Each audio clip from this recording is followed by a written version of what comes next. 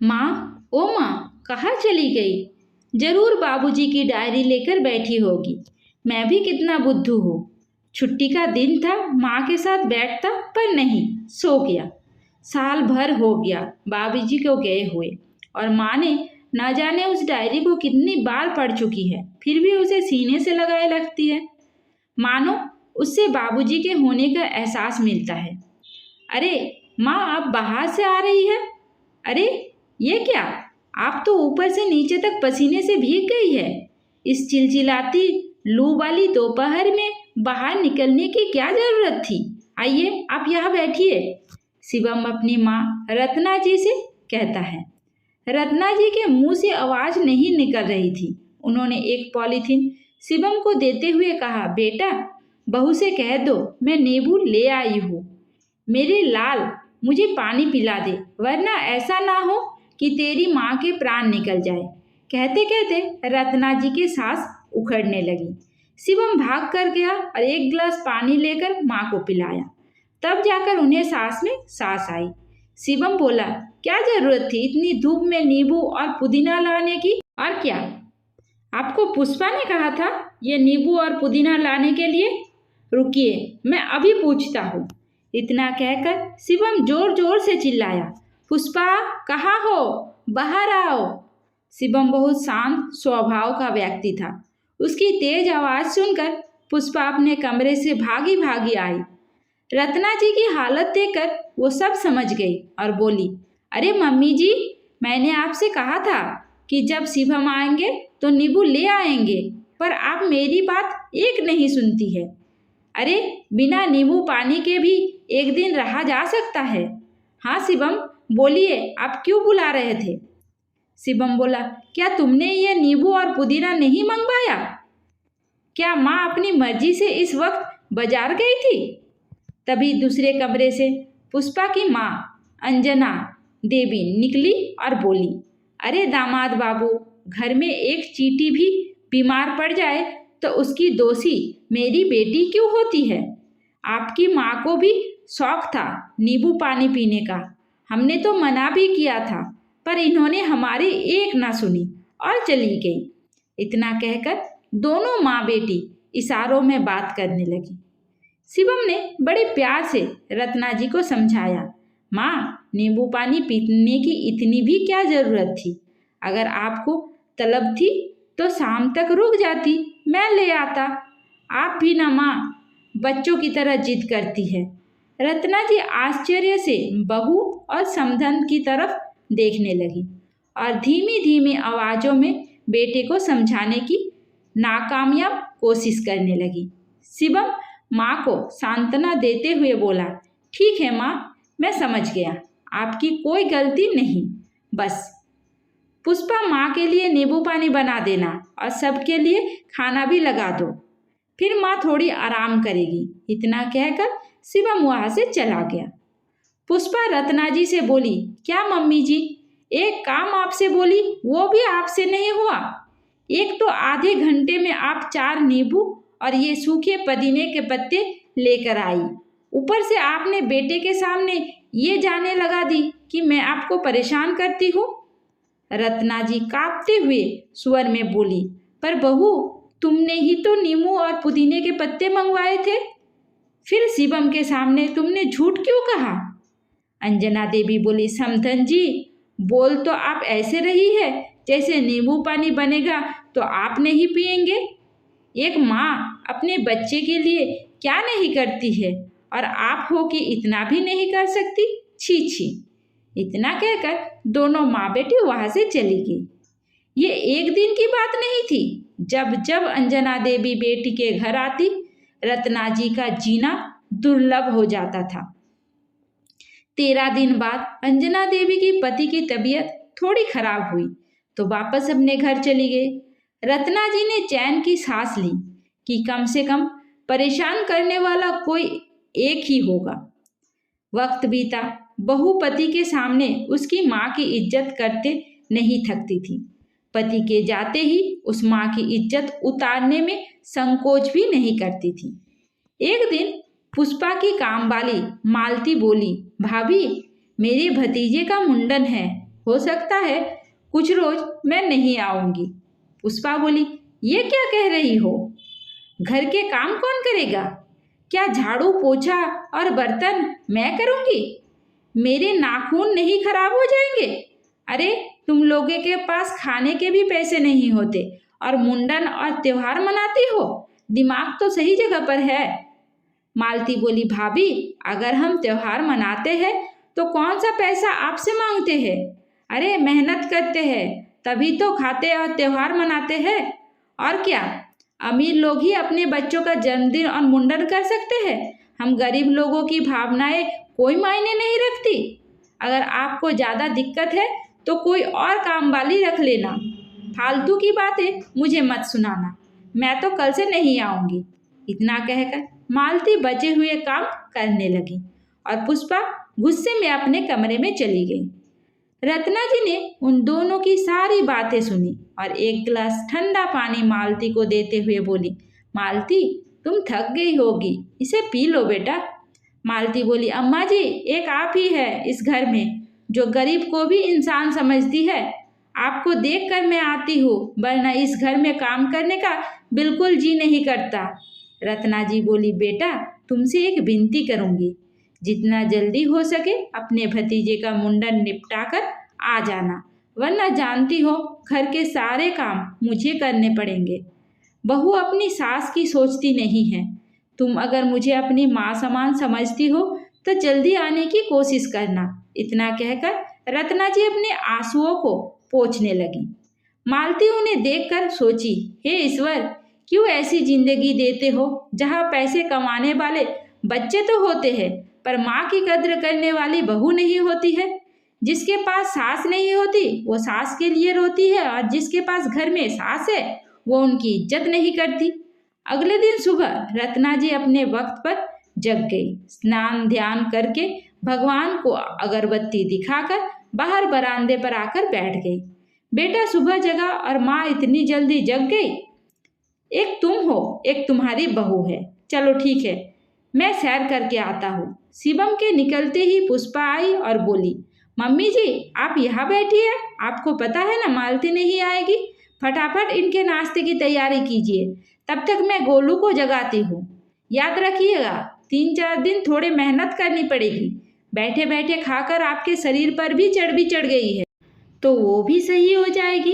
बेचारी रत्ना जी खाने की तैयारी की। करीब 1-1.5 घंटे बाद पुष्पा जल्दी जल्दी रसोई में आई और एकाएक बोली, मम्मी जी बचा हुआ काम मैं कर लूँगी, जाइए आप थोड़ी देर पंखे में बैठिए। रत्ना जी को आश्चर्य हुआ कि आखिर बहू उन्हें आराम करने कैसे बोल रही है। जैसे ही वो रसोई से निकली उन्होंने देखा शिवम बाहर से आ रहा था। वो सब समझ गए कि इसी कारण बहू ने उसे रसोई से बाहर भेज दिया। पत्नी को रसोई में काम करते देख शिवम बोला, क्या बात है आज तो तुम रसोई में लगी हो? पुष्पा बोली, 4 दिन तक मालती नहीं आएगी, मेरी तो हालत खराब हो रही है। नाश्ता तैयार कर दी हूँ, आप फटाफट तैयार हो जाइए। और हाँ मुझे फुर्सत नहीं मिलेगी, ऑफिस जाते समय गोलू को स्कूल छोड़ते जाइएगा। 2 दिन तक छुपन छुपाई वाला खेल चलता रहा पर सच्चाई कब तक छुपी रहेगी, एक ना एक दिन तो वो बाहर आ ही जाती है। पुष्पा ने अपनी कुछ सहेलियों को अपने घर पर चाय नाश्ते के लिए बुलाया और रत्ना जी से बोली, मम्मी जी पनीर के पकोड़े, चाय, थोड़ा हलवा बना दीजिए और थोड़ा ज़्यादा बनाइएगा ताकि रात में ये भी आकर खा लेंगे। रत्ना जी बोली, बहू मेरी तबीयत ठीक नहीं लग रही है, मैं नहीं कर पाऊंगी। 2 दिन बाद मालती आ जाए तब तुम अपनी सहेलियों को बुला लेना। पुष्पा ने कहा, मम्मी जी ये कैसी बात कर रहे हैं, मैं सबको न्योता दे चुकी हूँ और आपको क्या पता है उनमें से एक आपके बेटे की बॉस की पत्नी है। अगर वो नाराज हो गई तो आपके बेटे को नौकरी से निकलवा देगी। ये बात सुनते ही रत्ना जी चौकन्ना हो गई और बोली, ठीक है बहू मैं कर दूंगी, पर पता नहीं मेरी तबीयत ठीक नहीं लग रही है। पुष्पा निर्दया से बोली, अरे कुछ नहीं होगा आपको, आप काम कर लीजिए। इतना कहकर वो चली गई। इधर इन सब की खबर पुष्पा ने अपनी माँ को हंसते हुए दी और उन्हें भी आने का न्योता दे दिया। अंजना जी बोली, सही किया, करने दे उस बुढ़िया को काम, और देखना अगर वो इसी तरह काम करती रही तो मैं तो कहती हूँ मालती को काम से निकाल देना। रत्ना जी काम कर रही थी और बार बार पानी पी रही थी। उनकी तबीयत ठीक नहीं लग रही थी। पुष्पा की सभी सहेलियां आ गई। पुष्पा ने अंदर से ही आवाज लगाई, बन गया है तो बाहर ले आओ। बेचारी रत्ना जी एक एक करके सारा नाश्ता टेबल पर लगाई तो पुष्पा की एक नई सहेली बोली, अरे पुष्पा, क्यों इतनी बूढ़ी काम वाली को रखी हो? कोई जवान रख लो तो फुर्ती से काम कर सके।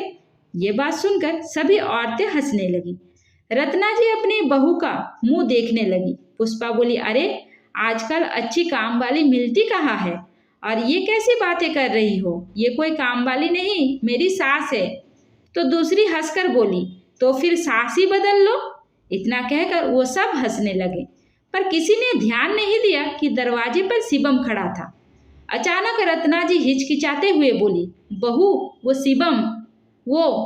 पुष्पा बोली, मम्मी जी, अपने बेटे का नाम लेकर मुझे मत डराओ। वैसे भी उनके आने का भी समय नहीं हुआ है। जब तक वे आएंगे तो इतना तक तो ये सब चली जाएंगी और ये सारे तामझाम मैं समेट लूंगी, उन्हें पता भी नहीं चलेगा। तभी शिवम की आवाज आई, पर पुष्पा, मुझे तो सब पता चल गया। मैं तो सब कुछ अपनी आंखों से देख रहा हूँ। अचानक पुष्पा ने मुड़कर देखा तो दरवाजे पर शिवम लाल आंख लिए खड़ा था। वो बोली, शिवम, आप अचानक कैसे आ गए? आपने आने की खबर भी नहीं दी। शिवम बोला, वो तो अच्छा हुआ मैं अचानक आ गया, वरना तुम्हारा असली रूप कैसे देखता। सुबह से जब मैं दफ्तर जा रहा था तो मैं माँ की तबीयत मुझे ठीक नहीं लगी और यही सोचकर मैंने आधे दिन की छुट्टी ले ली कि तुम अकेली घर में माँ को कैसे संभालोगी। पर यहाँ तो कुछ और ही चल रहा है। तभी पीछे से अंजना देवी, जो कि उसी शहर में रहती थी, वो बोलती हुई अंदर आई, अरे क्या क्या बनाया है तुम्हारे सास ने? और किट्टी पार्टी खत्म तो नहीं हो गई? पुष्पा ने माँ को आंख दिखाकर शिवम की तरफ इशारा किया। शिवम बोला, आइए आइए, आपका ही कमी थी। मेरे घर संसार में आग लगाने में आपने भी कोई कमी नहीं छोड़ी। पुष्पा शिवम से बोली, आप सबके सामने मेरी माँ से किस तरह से बात कर रहे हैं? शिवम ने जोर का थप्पड़ पुष्पा को लगाया और बोले, तुम सबके सामने मेरी माँ को नौकरानी साबित कर सकती हो और मैं तुम्हारी माँ को कुछ कह भी नहीं सकता। इतना कहकर शिवम ने हाथ जोड़कर सभी औरतों से कहा, आप सबसे विनती है, आप अपने अपने घर जाइए और अपने घर को संभालिए। सभी औरतें मुंह बनाकर वहां से चली गई। रत्ना जी शिवम का हाथ पकड़कर बोली, बेटा, पत्नी पर हाथ नहीं उठाना चाहिए।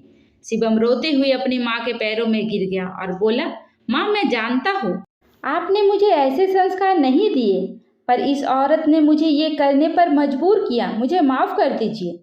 अंजना देवी बोली, वाह समधन जी, पहले बेटे को भड़काती हो और फिर उसे रोकती हो। शिवम अपनी सास की तरफ लपटा और बोला, आप अपना मुंह बंद कीजिए, वरना मैं भूल जाऊंगा कि आप मेरी माँ की उम्र की है। अरे, अपना घर तो संभाल नहीं सकी, मेरे घर को भी आप बर्बाद कर रही है। आप अगर इतनी ही अच्छी होती तो आपका बेटा बहू आपको छोड़कर दूसरे घर में नहीं रहता। अरे, कुछ तो शर्म कीजिए। माँ अपनी बेटी का घर बसाती है और आप है कि बस उसे उजाड़ने में लगी रहती है। अब मैं समझा, मेरी माँ को उस दिन नींबू के लिए भरी दोपहर में आप दोनों माँ बेटी ने ही भेजा था। माँ, मुझे माफ कर दो, मैं उस दिन आपकी बातों को नहीं समझ सका। पुष्पा बोली, तो क्या सिर्फ बैठकर खाएगी? 2-4 दिन काम कर लेने से आपकी माँ मर नहीं जाएगी। शिवम से रहा नहीं गया और उसने दूसरा थप्पड़ जड़ दिया और बोली, जो औरत दूसरे की माँ का दर्द समझ नहीं सकती, वो अपनी माँ का दर्द भी एक दिन नहीं समझेगी। शिवम अपनी सास से बोली, याद रखिएगा, आपकी ये बेटी इतनी स्वार्थी है कि कल को जब आपको इसकी ज़रूरत पड़ेगी तो ये आपकी सेवा कभी नहीं करेगी। जो अपनी सास से खाना बनवा सकती है, क्या वो अपनी माँ से नहीं करवाएगी? मैं इंतज़ार करूँगा उस दिन का जब आपको ये सब कुछ सहना पड़ेगा। अभी फ़िलहाल आप मेरे घर से जाइए और अगर बेटी के बिना मन ना लगे तो इसे भी ले जाइए, मैं अपनी माँ के साथ रह लूँगा। इतना कहकर शिवम अपनी माँ को लेकर कमरे में चला गया। अंजना देवी को न चाहते हुए भी खाली हाथ वापस लौटना पड़े। 2 दिन बाद मालती आ गई। उसने घर का सारा काम संभाल लिया और शिवम को पुरानी सारी बातें भी बता दी। अब शिवम हर समय अपनी माँ के लिए चौकन्ना रहता। वक्त बीता। एक दिन अंजना देवी बाथरूम में गिर गई और उनका पैर टूट गया। डॉक्टर ने उन्हें बेड रेस्ट करने के लिए कहा तो अंजना देवी ने बेटी को फ़ोन किया कि मैं तो बाथरूम भी नहीं जा पाती हूँ और तुम्हारे पापा से कुछ नहीं हो पाता। बेटा, कुछ रोज़ के लिए तुम माँ के पास चली आओ। पुष्पा ने कहा, मम्मी, मैंने आज तक अपने बच्चे की सुसु पॉटी साफ नहीं की है। वो मेरी सास करती थी, फिर मैं आपकी कैसे कर सकती हूँ। बेहतर होगा अपनी बहू को बुला लो या किसी काम वाली को रख लो। मुझसे उम्मीद मत रखना कि मैं ये सब करूँगी। अंजना देवी बोली, हे भगवान, सही कहा था दामाद जी ने, तुम बहुत स्वार्थी हो गई हो। अरे, अभी तक मैं हूँ जो उनकी माँ के खिलाफ तुम्हारे साथ देती रही थी। जो दूसरे की माँ का दर्द ना समझे, उसे अपनी माँ का दर्द कैसे समझ में आएगा। याद रखो, जैसा करोगी वैसा ही भरोगी। जैसा मैं भुगत रही हूँ, देख लेना कल को तुम्हारी भी बहू आएगी और तुम्हारे साथ भी यही करेगी। इतना कहकर गुस्से में अंजना देवी ने फ़ोन रख दिया। शिवम सारी बातें सुन लिया और बोला, जो हुआ सो हुआ, पर अगर तुमने मेरी माँ के साथ गलत व्यवहार किया तो मैं तुम्हें तलाक दे दूंगा। और याद रखो, अब तो तुम्हारी माँ भी तुम्हें सहारा नहीं देगी। शांति से घर में जीना चाहती हो तो अपनी सास का सम्मान करो और अपने बेटे को अच्छे संस्कार दो ताकि ये सब तुम्हारे साथ ना हो सके। वो दिन था और आज का दिन। पुष्पा ने हिम्मत नहीं की कि रत्ना जी से ऊंची आवाज में बात कर सके। दोस्तों, अंजना जी और उसकी बेटी पुष्पा के बारे में आपका क्या राय है, मुझे कमेंट करके ज़रूर बताएं। उम्मीद करती हूँ आपको हमारी कहानी पसंद आई होगी। कहानी पसंद आई है तो वीडियो को लाइक करें, चैनल पर नए हैं तो चैनल को सब्सक्राइब करें।